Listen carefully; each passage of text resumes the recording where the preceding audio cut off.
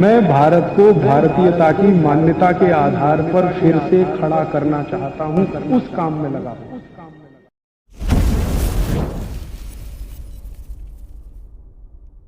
आज मैं आपसे यह पूछूं कि भारत में सबसे ज्यादा पैसे वाला शहर कौन सा, तो क्या कहेंगे आप?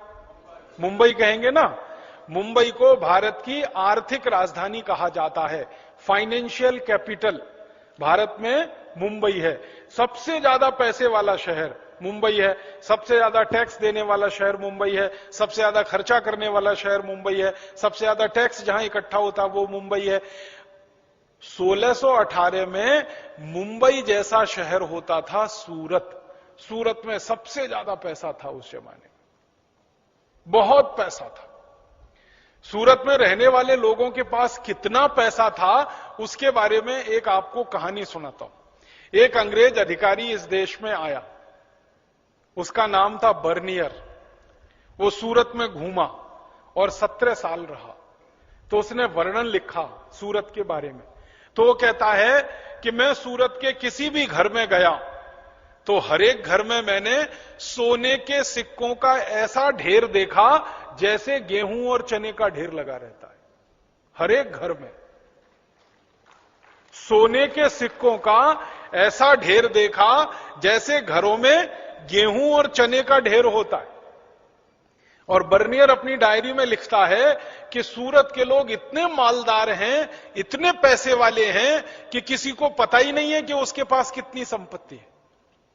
वो अपनी डायरी में लिखता है कि मैंने बहुत लोगों के घरों में पूछा कि आपके पास कितने सोने के सिक्के हैं, तो हर एक ने मुझे जवाब दिया मालूम नहीं कितने सोने के सिक्के हैं, क्योंकि गिने नहीं है।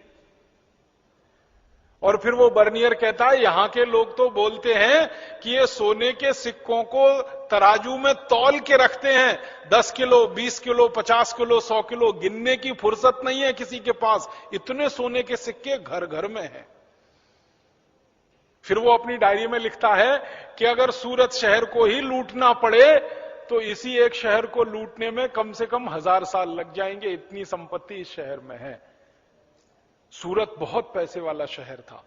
आप पूछेंगे भाई सूरत में पैसा कहां से आया, इतने सोने के सिक्के कहां से आए? सोने का सिक्का इस देश में सोना पैदा नहीं होता, आपको मालूम है? इस देश में सोने का उत्पादन ज्यादा नहीं होता। सोने की एक ही खदान है इस देश में, वो भी कर्नाटक में है, कोलार में एक ही खदान है, बाकी तो दूसरी है ही नहीं पूरे देश में। तो जिस देश में सोने की एक ही खदान हो वहां लोगों के घर घर में सोने का ढेर लगा हो, ये कहां से आया? सूरत उस समय का सबसे बड़ा व्यापारिक केंद्र था। जैसे आज मुंबई है ना व्यापार का केंद्र, वैसे सूरत था। भारत का सारा माल विदेशों में बिकने के लिए सूरत से ही जाता था, क्योंकि सूरत में बहुत बड़ा बंदरगाह हुआ करता था। तो भर भर के पानी के जहाज भारत का माल सूरत से बाहर जाता था विदेशों में। और हमारा माल दुनिया के जिस देश में भी जाता था बिकने के लिए, वहां हम अपना माल बेचते थे और बदले में सोना आता था हमारे देश में। कारण क्या था? 16वीं शताब्दी और 17वीं शताब्दी में व्यापार में जो माध्यम था ना एक्सचेंज का, वो सोना था। जैसे आज व्यापार में माध्यम है रुपया, आप कोई चीज खरीदते हैं रुपए से, कोई चीज बेचते हैं रुपए में। 16वीं और 17वीं शताब्दी में कोई चीज खरीदी जाती थी सोने में और कोई चीज बेची जाती थी सोने में। तो भारत से तरह तरह की चीजें बिकने के लिए जाती थी। उसमें सबसे ज्यादा बिकने के लिए जाता था कपड़ा भारत का, क्योंकि भारत में कपड़ा सबसे अच्छी क्वालिटी का बनता था 17वीं शताब्दी में। आपको मालूम है भारत के कपड़े की कहानी? यहां पे ढाका की मलमल बनती थी। मलमल नाम सुना है? मलमल एक खास तरह का कपड़ा होता है। ढाका एक शहर था इस देश में जो बांग्लादेश का अभी हिस्सा हो गया, पहले वो भारत में था। तो ढाका की मलमल बनती थी और 15 मीटर लंबा मलमल के कपड़े का थान तह करते जाओ करते जाओ करते जाओ तो माचिस की एक डिब्बी में आ जाता था। इतनी बारीक बुनाई होती थी मलमल की। ढाका में मलमल बनती थी, सूरत में मलमल बनती थी, मालवा में मलमल बनती थी। आप में से कुछ कार्यकर्ता आए हैं मध्य प्रदेश से, मध्य प्रदेश में एक इलाका जिसको मालवा कहते हैं, इंदौर है, उज्जैन है, रतलाम है, तो मालवा में जबरदस्त किस्म का कपड़ा बनता था। भारत में ऐसे 350 से ज्यादा बड़े शहर थे जहां कपड़ा बनाने के बड़े बड़े केंद्र चलते थे। बहुत अच्छी क्वालिटी का कपड़ा बनता था। दुनिया में कोई इतना अच्छा कपड़ा बना नहीं पाता था जो भारत में बनता था। आप पूछेंगे भारत के कपड़े में ऐसी क्या खासियत थी? कपड़े में खासियत यह थी कि भारत में कपास बहुत अच्छी क्वालिटी का होता था। कपड़ा बनता है कपास से। कपास हिंदुस्तान में सभी राज्यों में होता है, उत्तर, दक्षिण, पूरब, पश्चिम, एक भी राज्य ऐसा नहीं भारत में जहां कपास नहीं होता। तो अच्छी क्वालिटी का कपास पैदा होगा तो अच्छा कपड़ा बनेगा। तो बहुत अच्छा कपड़ा भारत में बनता था और वो कपड़ा दुनिया के सब देशों में बिकने के लिए जाता था। उसको बेचने के लिए पानी के जहाज लगते थे, उस समय हवाई जहाज नहीं चलते थे, तो सारे पानी के जहाज सूरत से कपड़ा भरकर विदेशों में जाया करते थे और उधर से सोना लेके आया करते थे। आपको इतिहास की ये जानकारी दूं तो आपको गर्व होगा।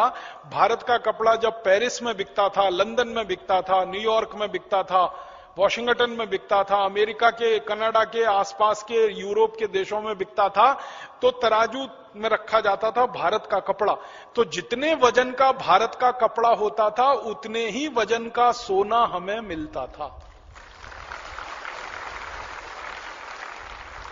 अगर मान लीजिए हमने एक कपड़े का थान बेचा और वो 1 किलो का है तो 1 किलो सोना हमें मिलता था।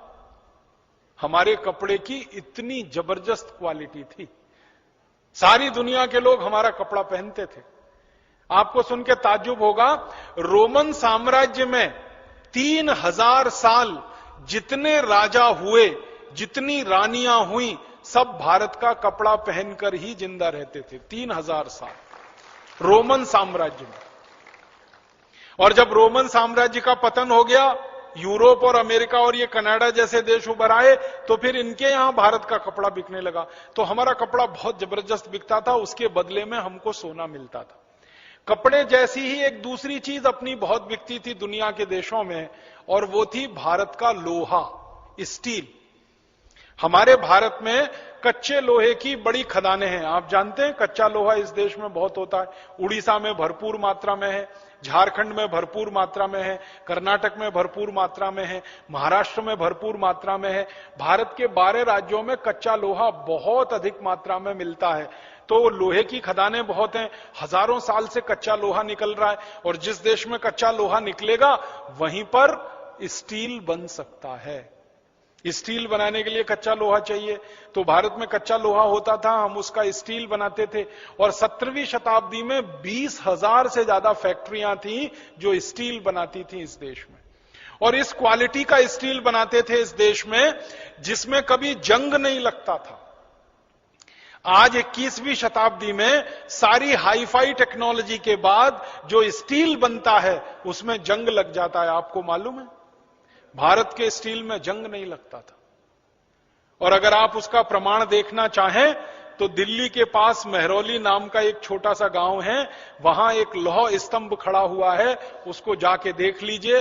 उसमें जंग का एक निशान नहीं है, और सैकड़ों साल से वो पानी में, बारिश में, धूल में, आंधी में, धक्कड़ में खड़ा हुआ है। एक रंच मात्र उस पर कहीं जंग नहीं आया। इस क्वालिटी का स्टील इस देश में 3000 साल से बनता था, और वो स्टील हम दूसरों को बेचते थे। और आपको सुन के हैरानी होगी, स्टील बेचकर भी हम सोना ही कमाते थे। लोहा बेचकर हम सोना कमाते थे। लोहा बेचा और सोना लाया हमने, कपड़ा बेचा और सोना लाया। इसी तरह से भारत की एक चीज बिकने के लिए जाती थी दुनिया के बाजार में, वो थी ईंट। ईंट समझते हैं, घर बनाने वाली। सबसे बेहतरीन क्वालिटी की ईंट भारत में ही बनती है, पतली सी एकदम, जिसकी उम्र 1000 साल तक है। आपने पुराने किले देखे हैं, शिवाजी महाराज के किले महाराष्ट्र में जाके देखिए, राणा प्रताप का किला आप देखिए, राजस्थान में जाके देखिए, चित्तौड़गढ़ में जितने पुराने किले हैं उसमें पतली पतली ईंट लगी हुई है ना, हजारों साल उसकी उम्र होती है। मोटी ईंट जल्दी टूटती है, पतली ईंट टूटती नहीं है जल्दी। तो वो पतली ईंट हम बनाते थे। दुनिया के बहुत सारे देश हमसे ईंट खरीद के ले जाते थे। ईंट को ईंट से जोड़ने के लिए हमारे यहां चूना बनता था, चूना। और वो चूना दुनिया के देशों में हम बेचते थे।